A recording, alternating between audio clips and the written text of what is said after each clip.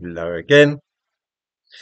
Lee Anderson has been very unpopular with left-wing folk, especially the more educated of them.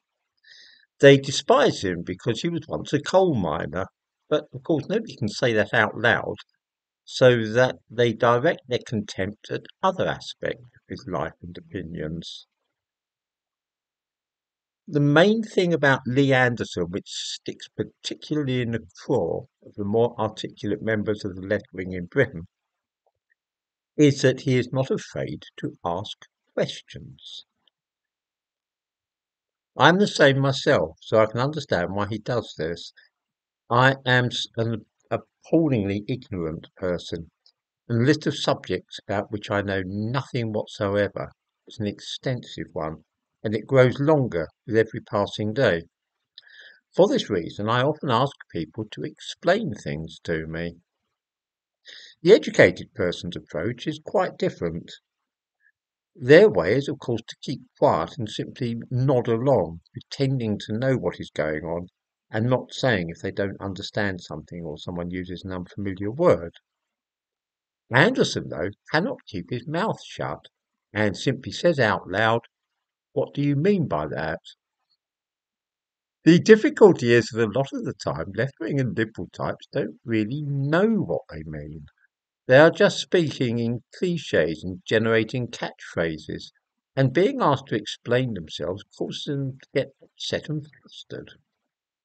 In the description to this video, I give a short clip of film, link to a short clip of film, I should say, of the Home Office Select Committee in operation, of which Lee Anderson was a member.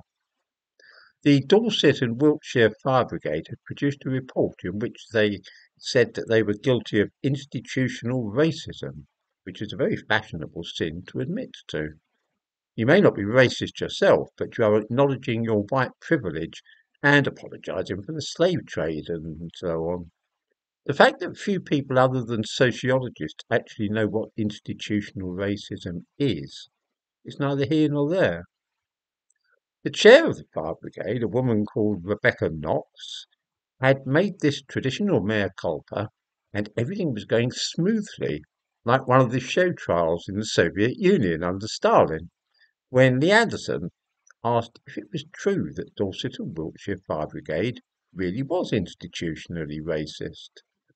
Having been assured that it was, he asked what unfair advantage white people enjoyed in the fire brigade in Dorset. Rebecca Knox replied that they did not have any advantages, whereupon Anderson asked her in that case how could she and the force be institutionally racist? Perfectly reasonable question, I'm sure you'd agree. Rebecca Knox stutters and becomes flustered, tries to talk about misogyny instead, but it's clear she has not got the faintest idea of what institutional racism is, nor how her force can be guilty of it.